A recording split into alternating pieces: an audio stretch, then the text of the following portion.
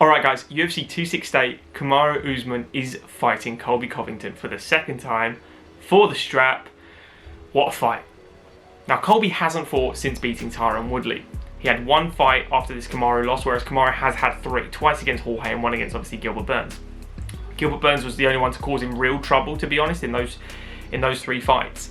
You know, where he got dropped in the first but immediately recovered straight back to his feet and then managed to jab him to the floor, and he just beat an exhausted Gilbert, you know, and very emotional fight for both guys there. And what we've seen from Kamaru against Jorge twice and Gilbert is that he's evolved striking wise.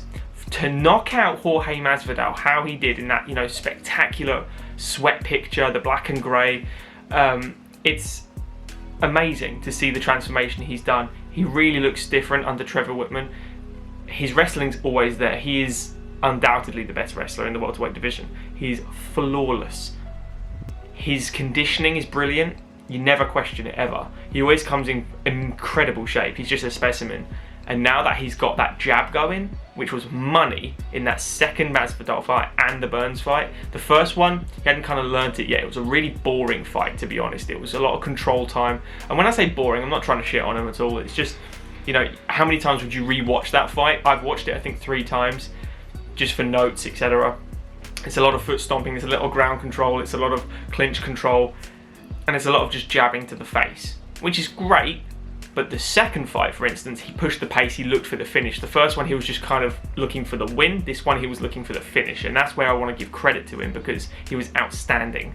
What Colby does really well, especially in that first fight against Usman, which was so competitive, is push the pace again. They have a very similar skill set, just one level under each other, I think, or over and under each other. I think Colby's wrestling is comparable to Usman's. It really is, but it's a different kind of wrestling. Usman uses power takedowns to smash you to the floor, hold you, grind you, pulp you.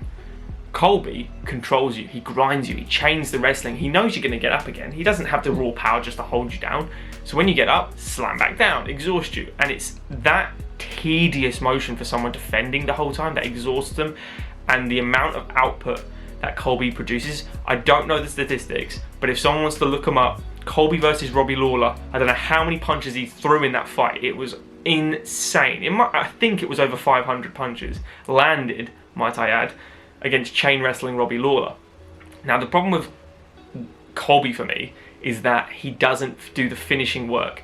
It's almost like he's got all the potential just to absolutely dominate you for these rounds, but can he get it done? Can he actually finish you? Can he knock out Kamaru Usman? Can he submit Kamaru Usman? Can he hold him on the ground and control him? I don't know. I don't think he can. I think Kamaru is going to land that jab so much in this fight. It's going to be a completely different fight, obviously. I think Kamaru has improved so much since that first fight. Colby could have.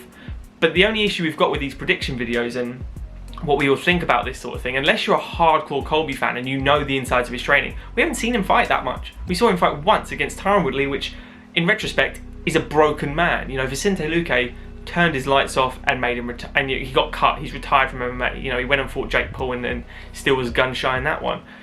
So we know Tyron was almost a broken figure going into that. So I don't know how much to take away from Colby's decimation of him. It was still impressive. It's still a grown-ass champion, ex-champion, you know, and he just dominated him. So it's a good thing to put on paper. But Colby doing this, to me, I needed to see more to back Colby, if that makes sense.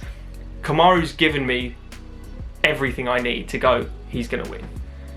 Colby still, there's question marks, and I don't like going into a fight prediction video or a betting slip or whatever you guys like to do with question marks. I like to be cemented on. Now Colby could do it. I really think he could. He has all the potential. He's got that style to beat Usman. As it showed in the first fight, it was so damn competitive until his jaw was broken. You know, he fought another round on. He's a tough motherfucker. But Kamaru has just improved so much, and he's got an insane corner team. There's no toxicity with him, whereas Colby's very controversial. There's a lot of background noise. You're going to get a lot of distractions with his persona because so many people dislike him. It's crazy to me. So I'm backing Kamaru Usman, guys. Who are you backing? Let me know in the comments below. Share the video around, like the video if you have enjoyed it. Subscribe to the channel, guys. Come on, let's get some more subs up. We'll see you in the next one. Cheers, guys.